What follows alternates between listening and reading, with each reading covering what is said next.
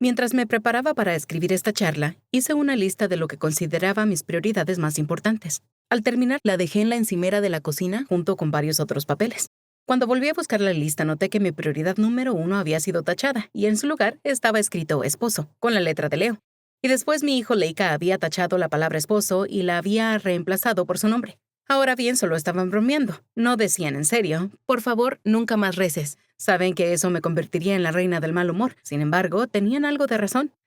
A menos que decidamos conscientemente darles prioridad a nuestros esposos, por instinto, les daremos lo mejor de nosotras a los niños y ellos recibirán las obras.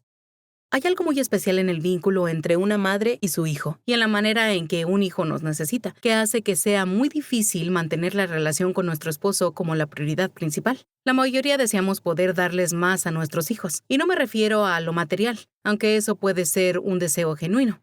El regalo que más desearíamos dar es casi siempre tiempo. Hace poco le pregunté a una amiga cuál creía que es el mayor desafío para las madres hoy en día. La culpa, me dijo. Todas luchamos con la culpa de que no hacemos lo suficiente.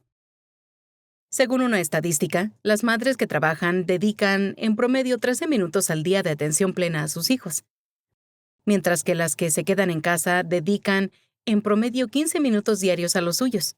Aún así, nos sentimos culpables. Sentimos culpa por no poder darles todo lo que quieren, aunque vivimos en una cultura llena de niños consentidos. La idea de criar niños consentidos nos preocupa, pero al mismo tiempo nos invade la culpa si sentimos que no les damos las mismas oportunidades que otros niños tienen. Y así vivimos a un ritmo frenético, corriendo, apuradas y estresadas. Solemos dejar de cenar en familia para llevar a los niños a prácticas de deportes y música. Hace años llegué a mi límite mientras llevaba este ritmo que describí. Tenía un bebé recién nacido, pero no permití que eso me impidiera llevar a mis otros hijos a todas sus actividades. Vivíamos a las carreras y yo me esforzaba para que cada hijo tuviera la misma cantidad de actividades que sus hermanos. Un día en particular, dejé a una de mis hijas en su clase de piano y salí deprisa hacia el siguiente compromiso. Volví una hora después y me horrorizó ver a Amy de 10 años llorando en la escalera de entrada de la casa de la profesora. Cuando subió al coche, me miró con los ojos llenos de lágrimas y me dijo: estuve sentada en ese escalón durante 1 hora. Cuando me dejaste, entré porque la puerta estaba sin llave, pero la profesora no se encontraba allí. Salí de nuevo y desde entonces he estado sentada esperándote aquí. Tuve mucho miedo. Allí entendí que habíamos pasado de la ocupación saludable a un desorden total. Esto estaba fuera de control y la única persona que podía detener esta locura era yo. Esa noche senté a los niños y les pregunté qué actividades realmente querían hacer y cuáles hacían solo para cumplir con mis expectativas. Les permití abandonar varias y anuncié a la familia que desde ese momento me conformaría con lo promedio. Quizá otros busquen la excelencia con más actividad, pero yo decidí abandonar ese círculo vicioso. Hoy las madres están saturadas de expectativas. La culpa abunda. ¿Cuántas de nosotras nos acostamos por la noche pensando en todo lo que no hicimos o hubiéramos hecho mejor? Para algunas, ese sentimiento perdura hasta la mañana y tememos enfrentar otro día más fallando como madres. Escuchamos a nuestra cultura y adoptamos esas expectativas. Nuestros hijos deben obtener buenas calificaciones y debemos ayudarlos. Deben ser versátiles, activos y con talento musical, aunque necesitan tiempo para jugar y relajarse. Necesitan estar bien provistos y lo que entendemos por bien provistos lleva a muchos padres a endeudarse. También sabemos que nuestros hijos no son realmente nuestros, le pertenecen a Dios. Son un préstamo que Dios nos da, por lo que Él también espera que los criemos de cierta manera. Nos esforzamos para abordar asuntos espirituales, pero a menudo sentimos que no lo hacemos bien. Intentamos comprimir 2 días de crianza en uno y terminamos cansadas, enfocadas en todo lo que no logramos hacer. No hay otra área en la que deseemos tanto tener éxito. Daríamos la vida por nuestros hijos.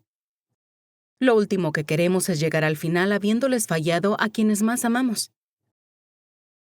¿Cómo podemos entonces dar lo mejor a nuestros hijos, procurar su bien, cubrir sus necesidades y amarlos de verdad? En otras palabras, ¿cómo amarlos según la voluntad de Dios? Debemos decidir con cuidado a quién escucharemos. No podemos ser lo que todos esperan. Así que veamos cómo llegar al corazón de nuestros hijos de la manera en que Dios desea y con las verdades que Él valora. Comencemos con nuestro versículo guía. Abramos la Biblia en Deuteronomio, capítulo 6, versículos del 4 al 9. Escucha, Israel. Yahvé, nuestro Dios, es el único Yahvé. Amarás a Yahvé, tu Dios, con todo tu corazón, con toda tu alma y con todas tus fuerzas. Queden en tu corazón estas palabras que yo te dicto hoy. Se las repetirás a tus hijos. Les hablarás de ellas tanto si estás en casa como si vas de viaje, así acostado como levantado. Las atarás a tu mano como una señal y serán como una insignia entre tus ojos. Las escribirás en los postes de tu casa y en tus puertas. Cabe destacar que Dios no dice en estos versículos, estos mandamientos que doy hoy a la iglesia o que doy hoy a la escuela. Dios da esta tarea a los padres. Como tales, somos responsables de enseñarles a nuestros hijos sobre Dios. Pero solemos renunciar a este deber y esperamos que el catecismo, la preparación o las escuelas católicas se encarguen. Es más, si no asumimos este deber y este privilegio tan extraordinarios, reduciremos enormemente la posibilidad de que nuestros hijos crezcan con una fe viva y activa en Dios, y esta es nuestra tarea más importante como madres. Repasemos el versículo 6. Queden en tu corazón estas palabras que yo te dicto hoy. Por eso empezamos las charlas sobre prioridades enfocándonos en la relación con Dios. Solo podemos ofrecer a nuestros hijos lo que tenemos. Antes de transmitirles un legado espiritual, las palabras de Dios deben morar en nuestro corazón. Y el versículo 5 nos confirma cuáles son esas palabras. Amarás a Yahvé, tu Dios, con todo tu corazón, con toda tu alma y con todas tus fuerzas. Debemos amar al Señor, pasar tiempo a solas con Él, desarrollar y fortalecer nuestra relación con Él y luego enseñar todas estas cosas a nuestros hijos. Estos versículos en Deuteronomio luego indican las oportunidades que tenemos de enseñar a nuestros hijos, cuando estamos en casa o al salir de viaje, cuando nos acostamos y cuando nos levantamos. Dios quiere que ganemos el corazón de nuestros hijos y luego derramemos sobre ellos su verdad. ¿Pero cómo lo hacemos? Podemos ganar su corazón entrenando el centro de control. Si disciplinamos a nuestros hijos de manera ineficaz, nuestra autoridad en sus vidas se volverá cada vez menos relevante. No solo tendremos que lidiar con conductas que no nos gustan, sino que nuestros hijos adquirirán el hábito de no escucharnos, sin importar cómo actúen ni en qué crean. Una disciplina ineficaz enseña a nuestros hijos que escucharnos es opcional y los encamina a vivir toda la vida haciendo las cosas a su manera. Muchas veces creemos que el problema está en la conducta que observamos exteriormente, pero en realidad el verdadero problema está en el corazón. El Evangelio según San Lucas, capítulo 6, versículo 45 nos enseña: el hombre bueno del buen tesoro del corazón saca lo bueno, y el malo del malo saca lo malo, porque de lo que rebosa el corazón habla su boca. En su libro No me hagas contar hasta 3, Ginger Plowman describe el corazón como el centro de control de la vida. Y explica, la conducta es simplemente una señal de que tu hijo necesita corrección. Pero no cometas el error que muchos padres cometen, dejar que el deseo de cambiar su conducta reemplace el deseo de cambiar su corazón. Si logras llegar al corazón, la conducta se corregirá por sí sola. Enseñar a tu hijo a cambiar solo su conducta externa sin abordar los asuntos del corazón, es decir, sus motivaciones internas, no resuelve el problema de fondo. El autor Ted Tripp retoma esta idea y la desarrolla así: un cambio en la conducta que no proviene de un cambio en el corazón no es recomendable, es condenable. ¿No es esto la hipocresía que Jesús condenó en los fariseos? En Mateo 15, Jesús denunció a los fariseos, quienes le habían honrado de labios, mientras que sus corazones estaban lejos de él. Jesús los censuró como personas que lavan la parte de afuera del vaso y lo que hay dentro lo dejan sucio. Requiere esfuerzo ayudar a tu hijo a comprender lo que hay en su corazón, pero solo entonces empezará a entender sus verdaderas motivaciones. ¿Pero cómo lo hacemos? Les doy un ejemplo. Mis hijos estaban peleando por un juguete. Resultaba tentador preguntarles, ¿quién lo tenía primero? Con esa solución, tras analizar en gran detalle la situación, el niño que tenía el juguete primero lo recuperaría. Pero si es así como manejo este problema, no estoy abordando el asunto del corazón. Estoy analizando la situación desde la perspectiva de la justicia. En realidad, estamos premiando al niño que fue más rápido en tomar el juguete primero. Pero ambos niños están diciendo, no me importa tu felicidad, solo me preocupa la mía. Yo quiero este juguete y voy a conseguirlo. No me interesa cómo esto te afecta a ti. Entonces tenemos dos niños con un asunto del corazón que se prefieren a sí mismos antes que al otro. La conducta es quitar un juguete o negarse a compartir. Pero la motivación del corazón es ponerse a uno mismo primero. Por eso ambos deben ser disciplinados. Ninguno debe quedarse con el juguete. Una vez que establecimos la motivación detrás de la conducta, necesitamos dialogar con nuestro hijo sobre cuál hubiera sido la respuesta correcta. Primera de Corintios capítulo 10, versículo 13 dice: ¿No han sufrido ustedes tentación superior a la medida humana? Y fiel es Dios, que no permitirá sean tentados sobre sus fuerzas. Antes bien, con la tentación, les dará modo de poderla resistir con éxito. Siempre hay una salida o una alternativa. Es muy útil que piensen juntos en las diferentes maneras en que tu hijo podría haber respondido. Puedes leer ese versículo con él y luego preguntarle: ¿qué salida te daba Dios? ¿De qué otras maneras podrías haber abordado esa situación? Después de dialogar sobre lo sucedido, explícale la consecuencia de sus acciones y haz que repase la conducta correcta. Entonces, primero establecemos la motivación interna. Segundo, identificamos la respuesta correcta. Tercero, explicamos la consecuencia. Cuarto, ayudamos al niño a repasar la conducta correcta. Veamos cómo podría aplicar este proceso si mi hijo de 5 años estuviera quejándose porque quiere jugo de manzana. Su asunto del corazón es la falta de autocontrol. La motivación interna sería querer algo e intentar conseguirlo de cualquier forma posible. Una buena respuesta que puedo dar sería decir: mamá nunca te dará lo que quieres si lloriqueas. Dios quiere que tengas autocontrol incluso con tu voz. Ahora voy a poner el temporizador por 5 minutos. Cuando termine, podrás volver a pedir lo que quieras, pero con autocontrol.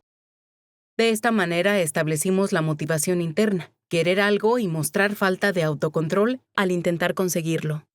Identificamos la respuesta correcta, pedirlo con una voz amable.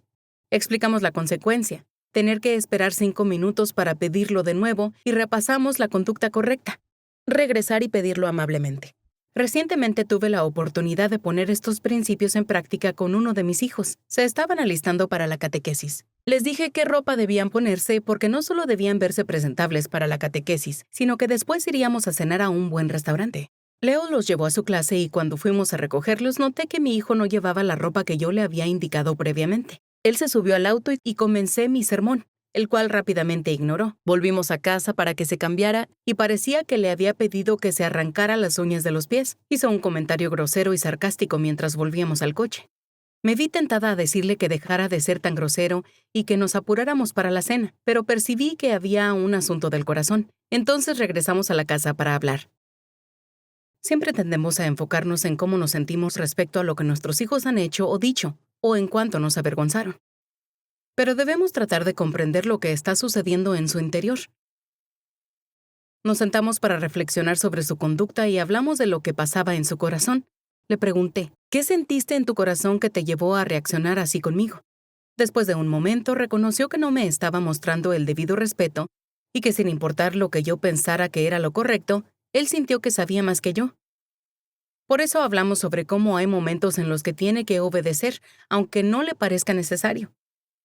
Si nuestros hijos no pueden aprender esta lección con nosotras, les resultará muy difícil aplicar esa misma lección con Dios.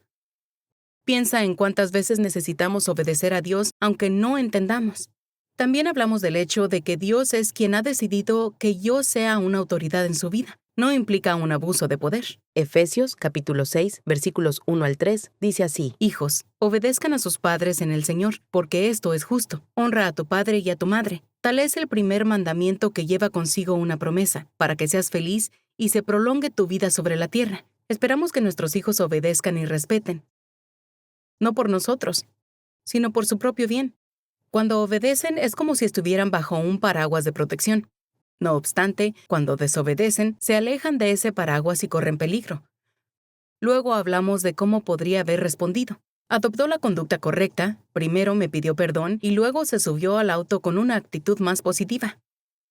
Puede que estés pensando, pero fue algo tan pequeño. ¿De verdad hacía falta hablar de todo eso solo por lo que llevaba puesto y un comentario grosero? He descubierto que si tomo en serio las cosas pequeñas y las abordo de inmediato, mis hijos saben que hablo en serio y eso evita que los problemas empeoren más adelante. A largo plazo, tratar estos problemas cuando son pequeños nos ahorra tiempo. Además, evita que los discipline enojada, que no es lo que Dios quiere. Me desafían las palabras de Ginger Plowman. Somos herramientas que Dios usa para limar las durezas del corazón, a fin de mantenerlo tierno e inclinado a la obediencia. Al enseñar a nuestros hijos a obedecer, los preparamos para obedecer a Jesús, que es nuestro objetivo final. ¿Qué sucede cuando no confesamos nuestros pecados? El corazón se endurece. Se vuelve insensible a la voz de Dios y más propenso a seguir el camino del error. De la misma manera, si no abordamos los asuntos del corazón de nuestros hijos y les permitimos salirse con la suya, estamos dejando que sus corazones se endurezcan. Para enseñarles verdades espirituales, sus corazones deben ser lo más tiernos y receptivos posible. Antes de compartir las verdades espirituales más importantes que debemos enseñarles, quiero responder una pregunta esencial. ¿Por qué es tan necesario enfocarnos en hacerlo? Es una buena pregunta. Los niños de hoy enfrentan muchos desafíos y problemas que pueden desanimarlos con facilidad. El Centro para el Control y la Prevención de Enfermedades informó el mayor aumento en suicidios de adolescentes en 15 años. Según una encuesta reciente hecha a adolescentes, el 17% estaba pensando seriamente en poner fin a su vida. Los problemas que enfrentan les parecen abrumadores y no tienen la perspectiva para encontrar una salida.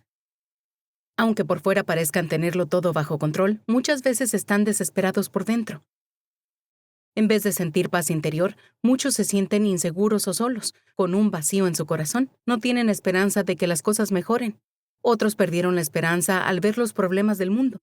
El calentamiento global, el daño a la capa de ozono, los carcinógenos en los alimentos y la pérdida de especies muestran un panorama ambiental alarmante. Desde el punto de vista político, reconocen que el mundo no sabe cómo lograr la paz. No hay un diálogo civilizado. La economía y la deuda nacional de Estados Unidos hacen que muchos vean el futuro financiero con desánimo. Ven familias desintegrarse a un ritmo sin igual. Cuando muchos adolescentes se enfrentan a la inevitabilidad de la muerte, no tienen idea de a dónde irán cuando mueran y no saben cómo obtener mayor entendimiento o claridad sobre la vida después de la muerte, si es que realmente existe. Y si esto es todo lo que hay, ¿cuál es el sentido de la vida cuando implica tanto sufrimiento y dolor? ¿Es de extrañar que muchos de ellos no tengan esperanza? Todas nosotras queremos proteger a nuestros hijos de llegar a un punto en el que ya no vean un futuro con ilusión. Sin embargo, no creo que el secreto solo esté en fortalecer su autoestima, ni en asegurarnos de no esperar demasiado de ellos, ni en procurar reducir su sufrimiento siempre que sea humanamente posible. Creo que la única esperanza que podemos ofrecer, no solo a nuestros hijos, sino al mundo entero, es Jesucristo. Así se describe a Jesús en 1 de Timoteo capítulo 1, versículo 1. Cristo Jesús, nuestra esperanza. La esperanza que debe morar en el corazón de nuestros hijos es una persona, Jesucristo. Como leímos en el versículo guía, todo comienza con nosotras. No basta con conocer las verdades espirituales sobre Jesús, debemos permitir que esas verdades transformen nuestro pensamiento, nuestras palabras y nuestras acciones. Nuestros hijos siempre nos observan. Por eso nuestro ejemplo es la mejor enseñanza. No obstante, también es necesario que dediquemos tiempo a enseñar y a explicar. Existen muchas verdades espirituales básicas que necesitamos enseñar, explicar y reforzar una y otra vez. Las verdades que abordaremos en este día no comprenden una lista exhaustiva, pero sí son fundamentales. Antes que nada, nuestros hijos deben saber que la esperanza existe porque Dios es el mismo ayer, hoy y siempre. Cuando tantas cosas en la vida son inciertas, cuando lo que los niños daban por seguro empieza a tambalearse bajo sus pies, pueden estar seguros al saber que Dios es el mismo ayer, hoy y siempre. Él nunca cambiará. Al conocer quién es Dios, encontrarán a alguien en quien siempre pueden confiar. Entonces, ¿cómo les enseñamos quién es Dios? Todas las religiones buscan a su Dios y Creador. Como cristianos, creemos que Jesucristo es Dios. Él no fue simplemente un hábil maestro o un buen profeta. Creemos lo que dice Colosenses capítulo 1, versículos 15 al 17. Él es imagen de Dios invisible, primogénito de toda la creación. porque en Él fueron creadas todas las cosas, en los cielos y en la tierra, las visibles y las invisibles, tronos, dominaciones, principados, potestades. Todo fue creado por Él y para Él. Él existe con anterioridad a todo, y todo tiene en Él su consistencia. También creemos Hebreos capítulo 1, versículo 3. Jesús es resplandor de su gloria e impronta de su sustancia, y el que sostiene todo con su palabra poderosa. Si deseas mostrarles a tus hijos quién es Dios, preséntales a Jesús. Cuando tus hijos son pequeños, inunda sus corazones con relatos bíblicos. En esta etapa absorben todo como esponjas. Nunca volverán a estar tan receptivos para aprender sobre su fe. Hay libros, música y videos maravillosos que pueden ayudarte a enseñar verdades espirituales de una forma atractiva para los niños. Háblales de Dios a lo largo del día. Cuando veas algo hermoso, reza con tu hijo y denle gracias a Dios por su creación. Ante una necesidad grande o pequeña, recen y preséntensela a Dios. Cuanto más hables de Dios, más natural se volverá para ellos. Cuando algo parezca injusto, podrán confiar en que Dios lo ve y que Él tiene el control. Recuérdales esto y lean Salmos capítulo 11, versículo 7. Pues Yahvé es justo y ama la justicia. Cuando nuestros hijos pecan, necesitan saber que no hay nada que pueda menguar el amor de Dios por ellos y que Él siempre ofrece su perdón. Recuérdales esta gran verdad y lean Números capítulo 14, versículo 18. Yahvé es tardo a la cólera y rico en bondad, tolera iniquidad y rebeldía. Mientras les enseñes sobre Jesús, recuérdales que Él es quien dice ser y que nunca cambiará. La segunda verdad que debes inculcar en tus hijos es que Dios siempre cumple sus promesas. Debemos animar a nuestros hijos a tener fe. Dios cumple lo que promete. Compartir las historias bíblicas que muestran la fidelidad de Dios es una buena herramienta. Él siempre hace lo que dice que hará. Y la Biblia está llena de promesas que Él ha hecho a sus seguidores. En Filipenses capítulo 4, versículo 19, Él promete cubrir cada necesidad, y mi Dios proveerá a todas sus necesidades con magnificencia, conforme a su riqueza en Cristo Jesús. No seremos madres perfectas. No siempre tendremos la respuesta justa o tiempo suficiente para darles todo lo que necesitan. En vez de desanimarnos por esto, aprovechemos la oportunidad para mostrar a nuestros hijos cuánto lo necesitan a Dios. Solo Él satisfará sus necesidades a la perfección. Dios no obra solamente a través de personas muy talentosas. Él usa a personas comunes que le entregan su vida. Anima a tus hijos diciéndoles que Dios obrará cosas maravillosas en ellos y por medio de ellos, si le entregan su corazón. Esta es una promesa de Dios, y Él siempre cumple sus promesas. Una tercera verdad crucial para enseñar a tus hijos es que Dios los ama incondicionalmente. Cuando tu hijo se sienta desanimado, recuérdale cuál es su verdadera identidad como hijo de Dios. Tu hijo tiene un Padre Celestial, creador de todo lo que existe. Es el Rey de toda la tierra y ha elegido a tus hijos para ser sus príncipes o princesas. Muy pocas personas en la vida de tus hijos los reconocerán así, pero ante los ojos de Dios, ellos son de la realeza. No deben tenerle miedo a Dios, como dice Romanos capítulo 8, versículos del 15 al 16. Y ustedes no han recibido un espíritu de esclavos para recaer en el temor. Antes bien han recibido un espíritu de hijos adoptivos que nos hace exclamar, Abba, Padre. El Espíritu mismo se une a nuestro espíritu para dar testimonio de que somos hijos de Dios. Desde sus primeros días debemos enseñarles que son hijos de Dios, sus valiosos y amados hijos e hijas. Deben aprender que solo se encontrarán a sí mismos al encontrarlo a Él. Pueden intentar llenar su corazón con otras cosas, pero ninguna traerá paz y plenitud como lo hace Cristo. La última verdad que quiero animarte a enseñarles a tus hijos hoy viene de la canción infantil Cristo me ama. Ellos son débiles, pero Él es fuerte. Recuerdo haber tenido que hablar con uno de mis hijos sobre cómo estaba tratando a su hermano.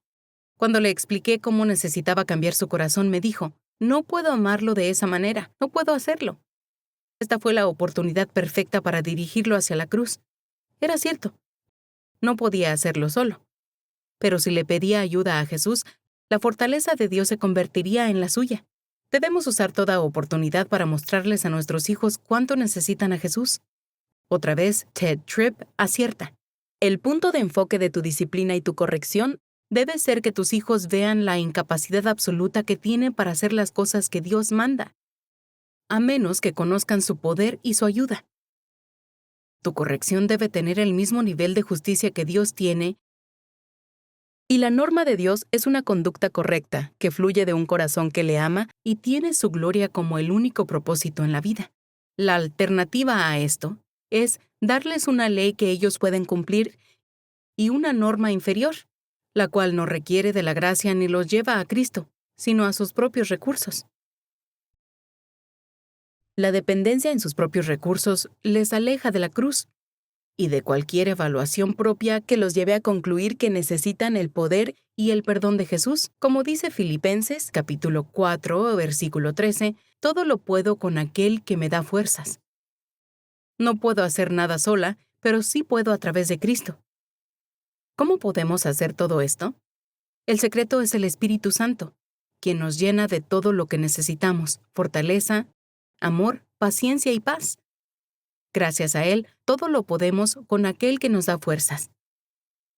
Como vimos en la lección 6, cuando intentamos actuar sin la ayuda del Espíritu Santo, solemos fallar. Esto se debe a que somos como un guante que reposa inerte sobre una mesa. No es hasta que la mano entra en el guante que vemos alguna acción. El Espíritu Santo es como esa mano en el guante. Somos el guante, y Él obra a través de nosotras. ¿Acaso esto quiere decir que nuestros hijos no enfrentarán dificultades y que todo irá según sus planes? Mira a Pablo, el autor de esas palabras. Fue náufrago, golpeado, azotado, encarcelado y finalmente asesinado. Aunque sufrió, escribió. Y por eso, para que no me engría con la sublimidad de estas revelaciones, me fue dado un aguijón a mi carne, un ángel de Satanás que me abofetea para que no me engría. Por este motivo 3 veces rogué al Señor que se alejase de mí. Pero Él me dijo: mi gracia te basta, que mi fuerza se realiza en la flaqueza. Por tanto, con sumo gusto seguiré gloriándome sobre todo en mis flaquezas, para que habite en mí la fuerza de Cristo. Por eso me complazco en mis flaquezas, en las injurias, en las necesidades, en las persecuciones y las angustias sufridas por Cristo. Pues cuando soy débil, entonces es cuando soy fuerte. Segunda de Corintios capítulo 12, versículos 7 al 10. Dios no va a quitarnos todos los problemas, y tampoco quitará todos los problemas que enfrenten nuestros hijos. Pero cada vez que sintamos que no podemos hacer lo que Dios nos pide, Él promete que en nuestra debilidad Él será fuerte. Él obrará a través de nosotras. La única manera de acceder a este poder es rezando. Criar a los hijos para que conozcan, amen y sirvan a Dios es un reto enorme. Saber cuándo decir no a cosas buenas para poder decir sí a lo mejor es difícil. Y hacer todo esto cuando estamos cansadas puede ser abrumador.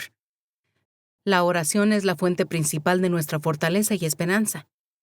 Te animo a rezar todos los días por tus hijos. No solo te acercará más a Dios y más a tus hijos mientras rezas por ellos, sino que también derramará la fuerza y el poder de Dios en tu favor. Sé que muchas de ustedes están escuchando esta charla y deseando haberla escuchado hace años. Para ti parece que el barco ya zarpó y que es demasiado tarde para transmitir tu fe a tus hijos. Eso no es verdad. Y es una de las mentiras más desalentadoras. Nunca subestimes el poder de la oración. Sí, el tiempo en que tus hijos eran como esponjas que recibían tus enseñanzas sin cuestionar ha pasado, pero tus plegarias y tu ejemplo de seguir a Cristo hoy pueden tener un gran impacto. Sentirás la tentación de rendirte, pero haz lo contrario. Comprométete a ser un ejemplo de fidelidad y a rezar siempre. Ruego por una transformación en tu vida que te vuelva una persona con más gozo y que logre más de lo que las palabras jamás podrían. No te rindas. Sé que a veces puede resultar difícil saber cómo rezar por tus hijos. Por eso, en la guía de estudio, después del esquema de esta lección, verás una lista de plegarias que he usado durante años con mis hijos. La ofrezco como un recurso o una guía por si te resulta útil. En resumen, las 4 verdades transformadoras que dan esperanza a los hijos son: Dios es el mismo ayer, hoy y siempre. Dios cumple lo que promete.